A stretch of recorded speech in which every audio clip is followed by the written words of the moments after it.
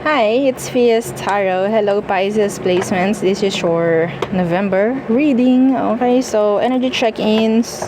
Kung ano bang meron, anong parating, energy. Okay, in general, pagdating ngayong November para sa'yo.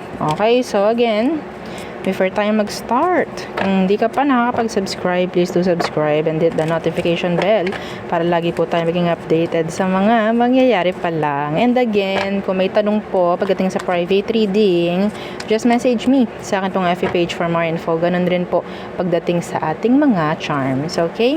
So, charm natin, meron tayong mga pang-alis blockages. Okay? Ang ating cord cutting. So, ito siya, ang ating pang-cord cut. Okay, so kung ano man ang mga nakatali sa inyo na nagbibigay ng pabigat, yun ang tatanggalin nito at magsisilbing taga-protection mo rin. Okay, mula sa mga papasok pa.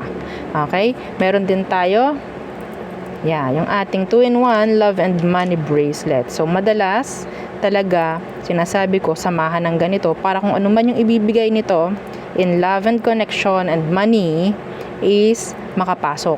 Okay, makapasok. And ganun rin po pagdating dito kay grantor. So dito naman kay grantor, ikaw yung magmamanifest ng gusto mo.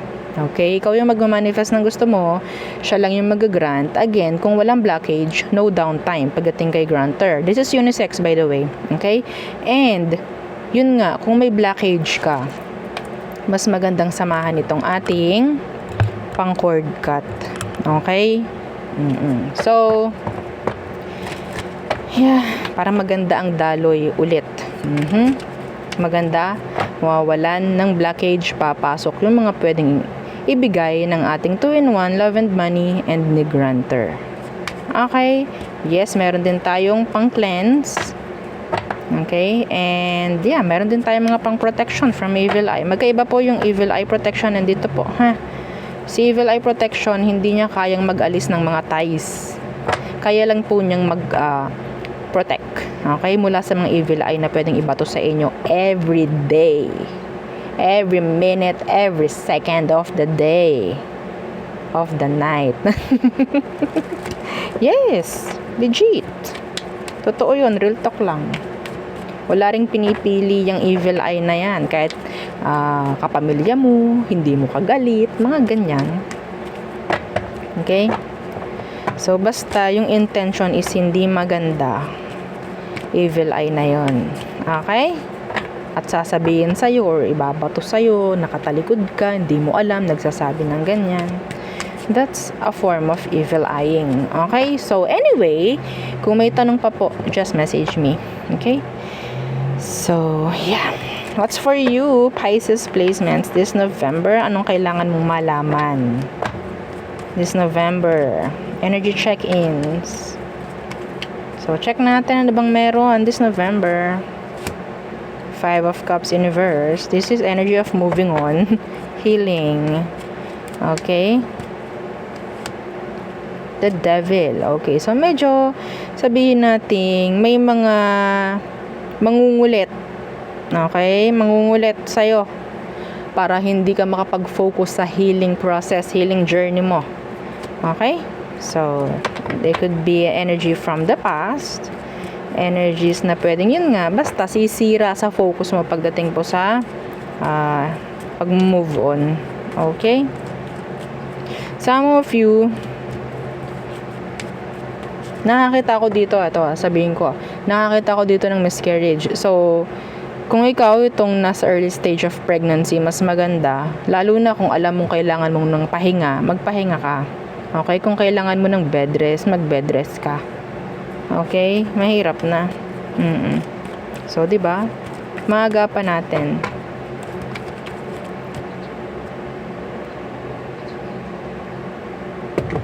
What else for Pisces placements? What else, Pisces? The Queen of Cups in reversed.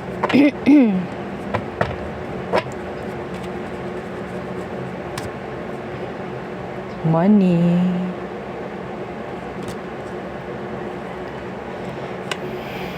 May magpo-provide.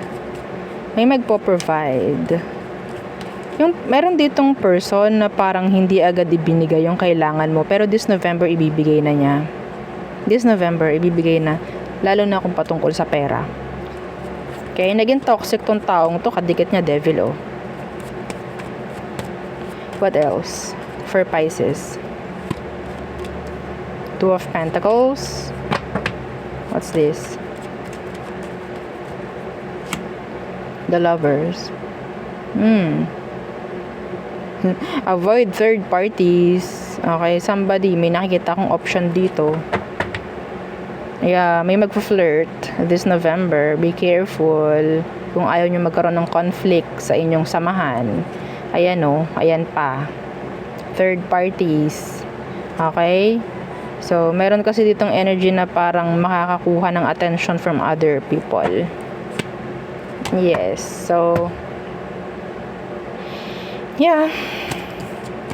Goodbye. So, what else for Pisces? This November. This November. November for Pisces placements. November. Okay. Queen of Swords. Four of Swords. In reverse, usaping legal. Okay, may mga usaping legal dito. What's with this? May mga conversation ako nakikita rito na medyo sabihin nating may mga paninindigan. Oo. Parang ganyan. Ten of Swords in reverse. Some of you could be dealing with an air sign, Gemini, Libra, Aqua.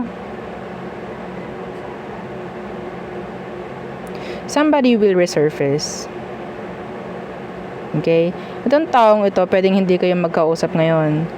Pero nakakuha ko ng energy na parang merong chance na mag-reach out itong taong to. And yun nga, pwedeng magkaroon muli ng reconnection. What else? The Fool. Some of you, this could be talking about travel. Okay, travels, something new. Some of you, I'm hearing a new contract signing, mga ganyan. Okay? New journey.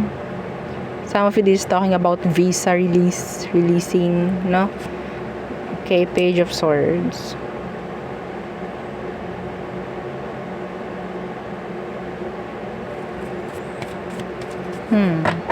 Pwedeng may artist dito na nag-stalk sa'yo.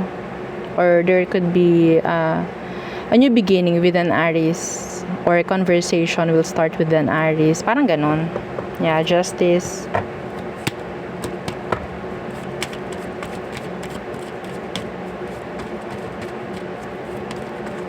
Iba rito magpaplano ng travel.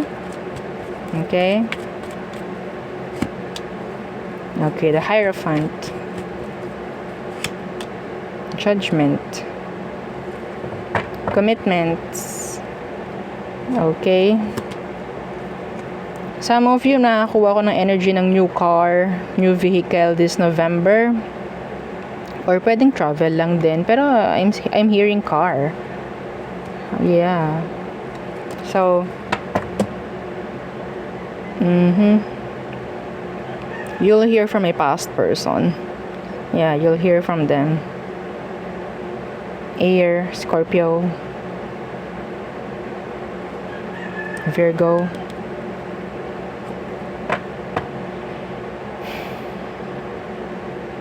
Anyway, so there.